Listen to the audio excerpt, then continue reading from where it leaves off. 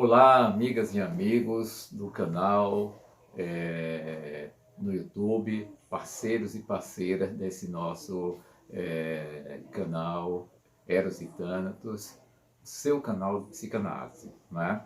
Prazer mais uma vez estar com vocês, compartilhando esse vídeo e as nossas discussões sobre psicanálise, né?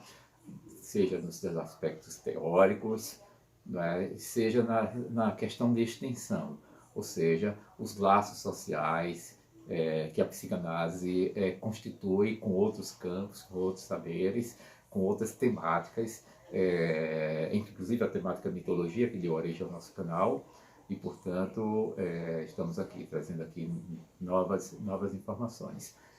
Mais uma vez convidando vocês a se inscreverem, divulgarem com amigos e amigas, colegas, parentes, né?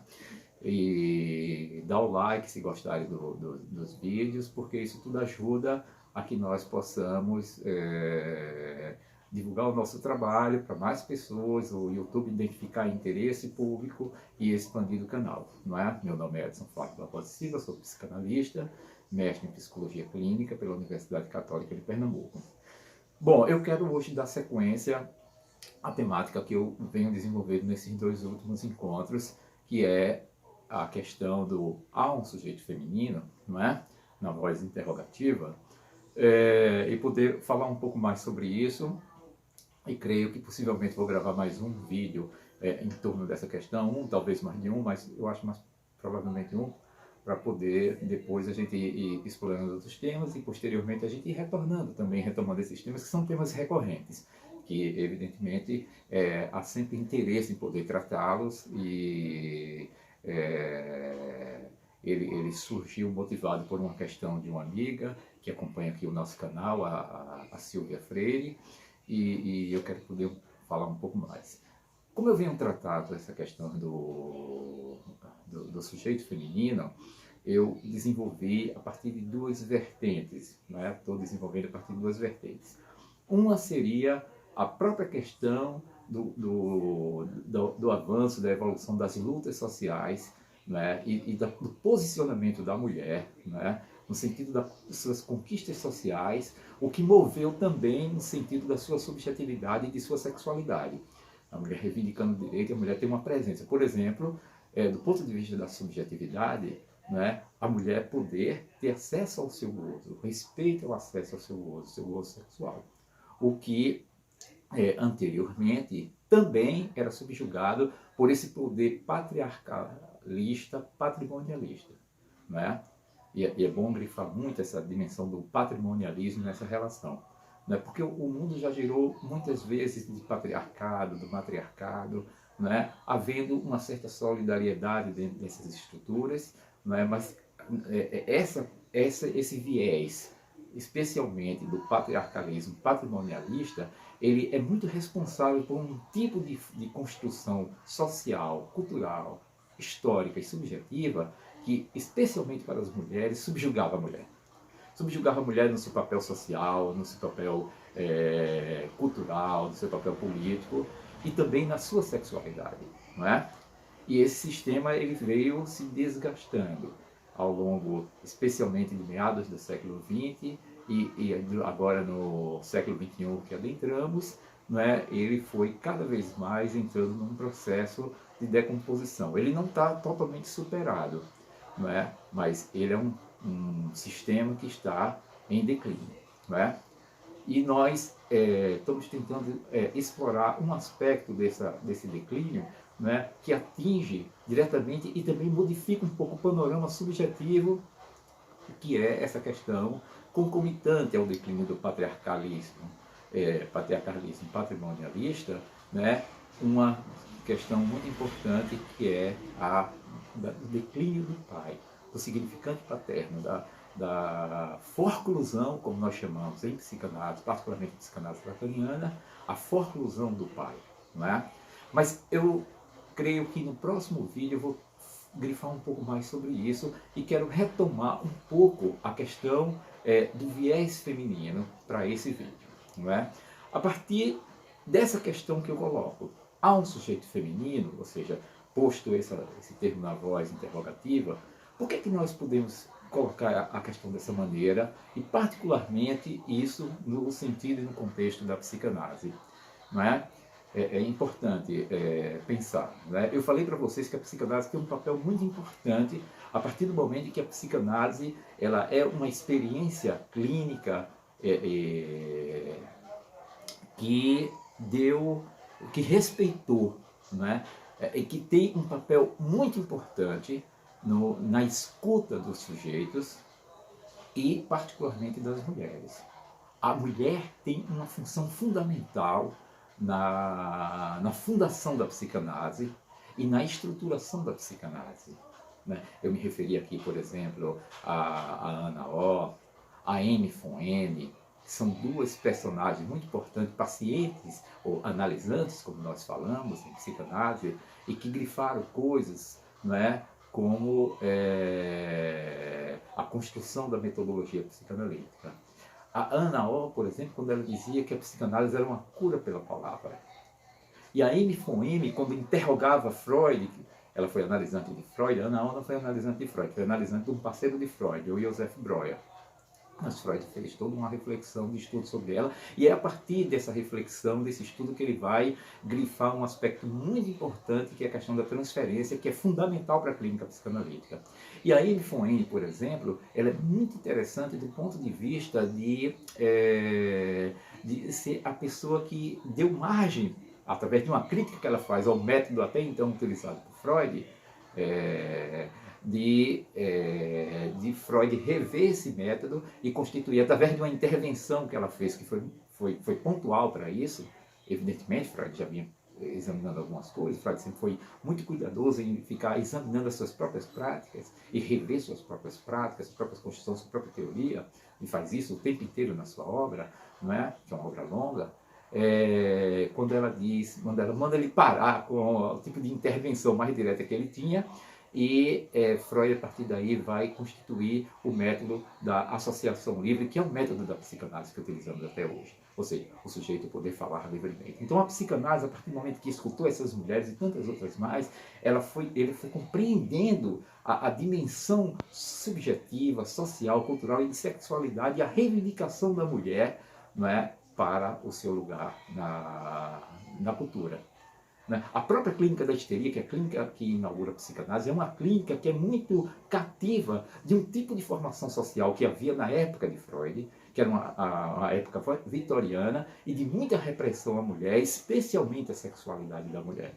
Então, essa clínica, ela é a expressão de uma transformação da mulher se posicionando, da mulher redefinindo o seu lugar social e cultural, tá?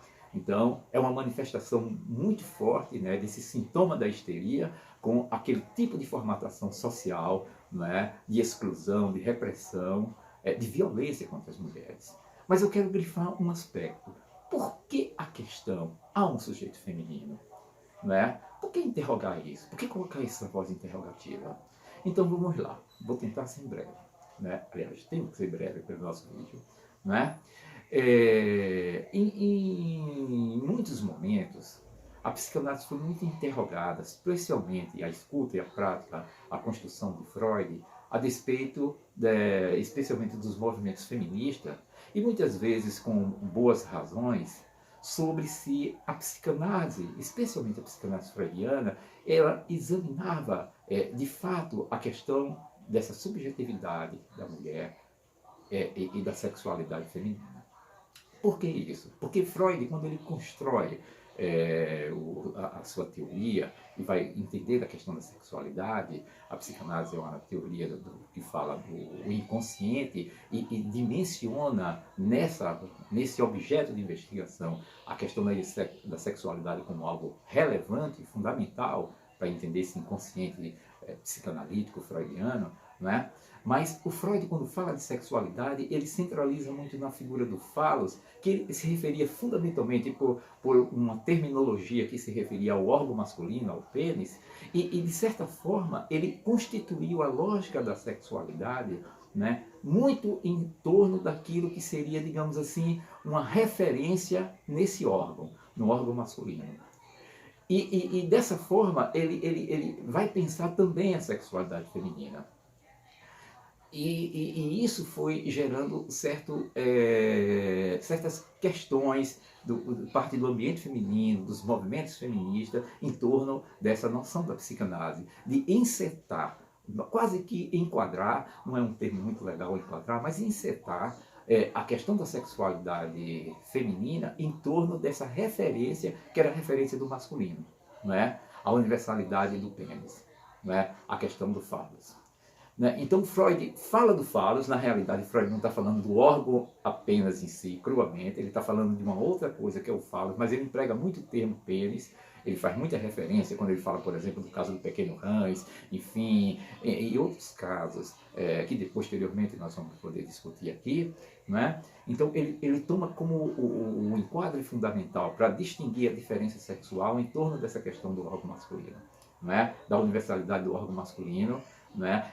Portanto, ele vai trazer questões como a inveja do pênis por parte da mulher e outras questões mais. Da maneira como ele é colocado, muitas vezes isso era percebido como uma compreensão da sexualidade feminina muito reduzida, de acordo com aquilo que é a expressividade de um sujeito feminino.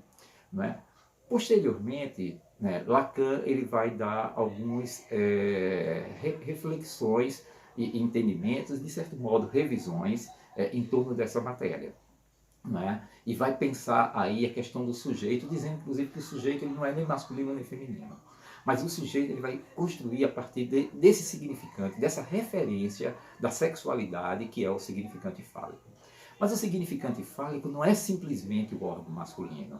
Né? E mesmo Freud não afirmava que a coisa era cruamente assim, mas que tinha como referência o órgão masculino, mas não é simplesmente assim. Né? E Lacan, quando ele traz a questão do significante, da referência da linguagem, ele vai possibilitar pensar a sexualidade nesse contexto da linguagem de uma maneira mais ampla, mais dialética. É aí que no seminário 20, né, ele vai formular um conceito que é o seminário Mais Ainda, o encore em francês, que traduzido para nós como Mais Ainda, né, ele vai constituir aquilo que ele chamou as fórmulas da sexuação. E nas fórmulas da sexuação, ele vai distinguir a sexualidade masculina e a sexualidade feminina através de fórmulas linguageiras e lógicas, né,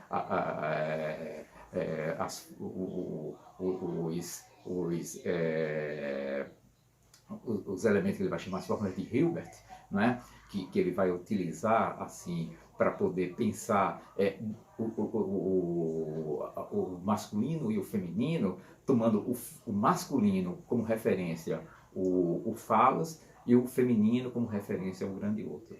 Ele vai, nessa construção, ele vai posicionar o sujeito, esse sujeito do inconsciente, o sujeito do desejo, do lado masculino, mas enquanto que o objeto do lado feminino. No entanto, ele vai dizer uma coisa importante, que ele vai dizer que todos nós passamos pelos dois lados, né?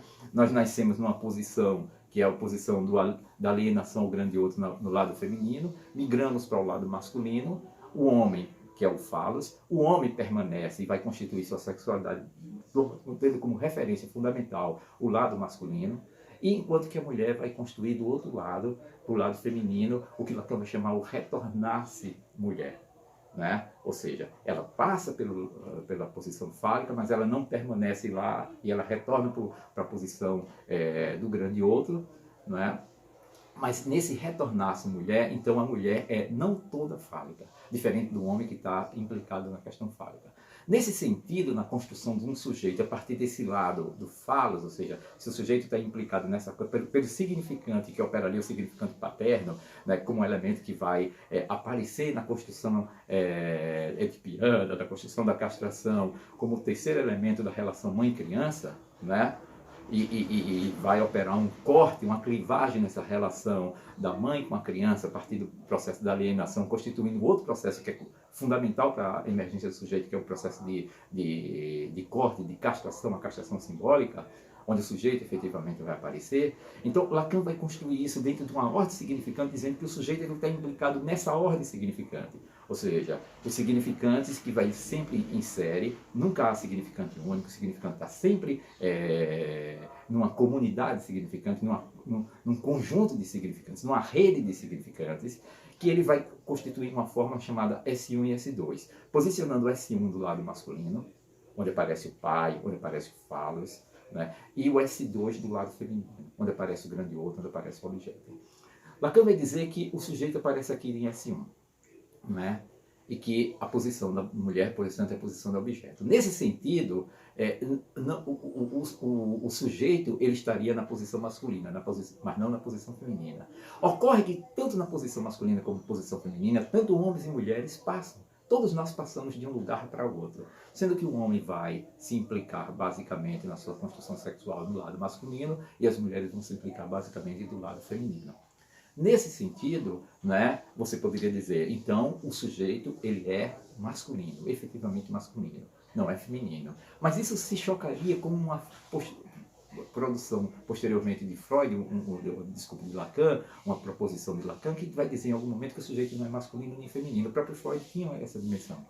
Então, podemos, por outro lado, pensar dialeticamente que podemos também evocar uma construção de sexualidade que não se associe fundamentalmente à ideia do pênis como regulador dessa sexualidade, colocando aqui nessa universalidade do pênis, né, o fato da construção de um sujeito psíquico, um sujeito do desejo, um sujeito inconsciente, né, projetando isso na cena social.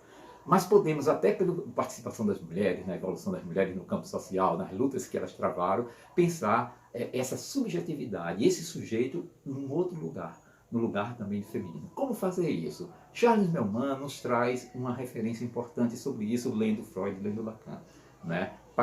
Especialmente Lacan pela construção da sua teoria da sexuação.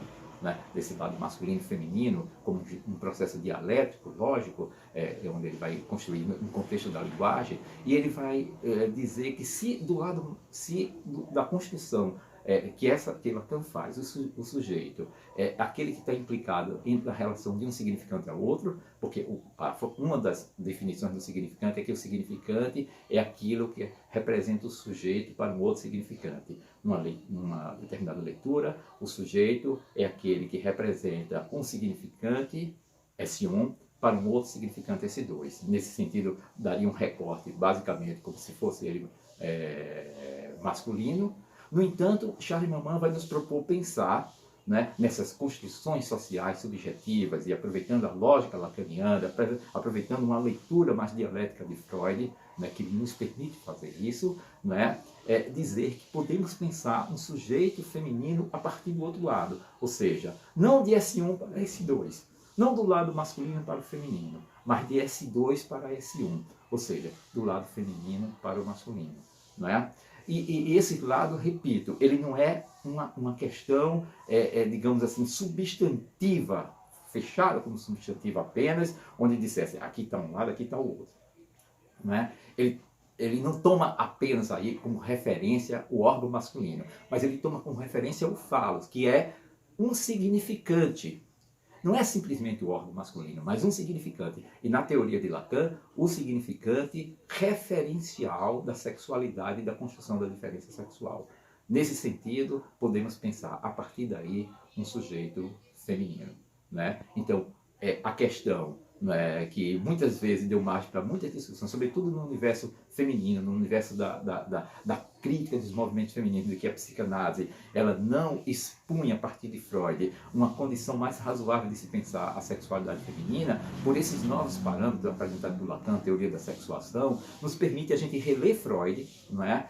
Compreender melhor que a questão, mesmo ele falando muito do órgão masculino, mas a questão é preciso que a gente traga para a ordem do significante, para a ordem da linguagem, entender o que é S1 e o que é S2, e entender como a sexualidade se constitui aí, né? E como homens e mulheres, né, passam de uma posição a outra através do processo de emergência do sujeito que Lacan distingue em dois tempos. O tempo da alienação, que é uma posição onde a gente nasce do lado feminino, e o tempo da separação, onde a gente migra para um outro lado, no caso do homem, fixando a sua subjetividade e sexualidade em S1, no lado do falos, no caso da mulher, passando pelo falos, mas não permanecendo lá, apenas indo para o outro lado, o lado grande outro, e tendo uma construção não toda em relação ao falo. A mulher é não toda fálica. Tá? Enquanto que o homem está implicado na questão do falo. Mas pensando a partir de S2, uma subjetividade e uma sexualidade e um lugar de sujeito que se organiza desse S2, de S2 para S1, ou seja, do lado feminino, do lado grandioso para o lado masculino, e não um modelo, não é? Psicanálise nunca lida muito com essa questão de modelos, não é? Mas de referências, de paradigmas, não é?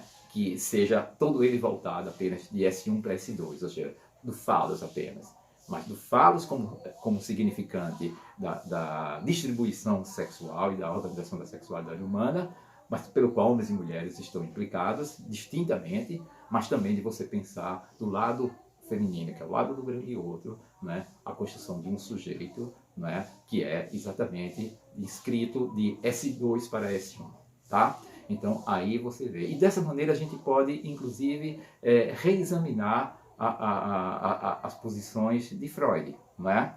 Compreendendo Freud no seu contexto histórico, não é? Freud era de uma época vitoriana, não é? Mas, e de uma maneira de explicação, de construção teórica, onde as referências científicas da medicina eram muito fortes na sua construção, embora que Freud falava de linguagem, né, do inconsciente como linguagem, mas que isso vai ficar mais claramente posto e desenvolvido através da teoria de Lacan, tá?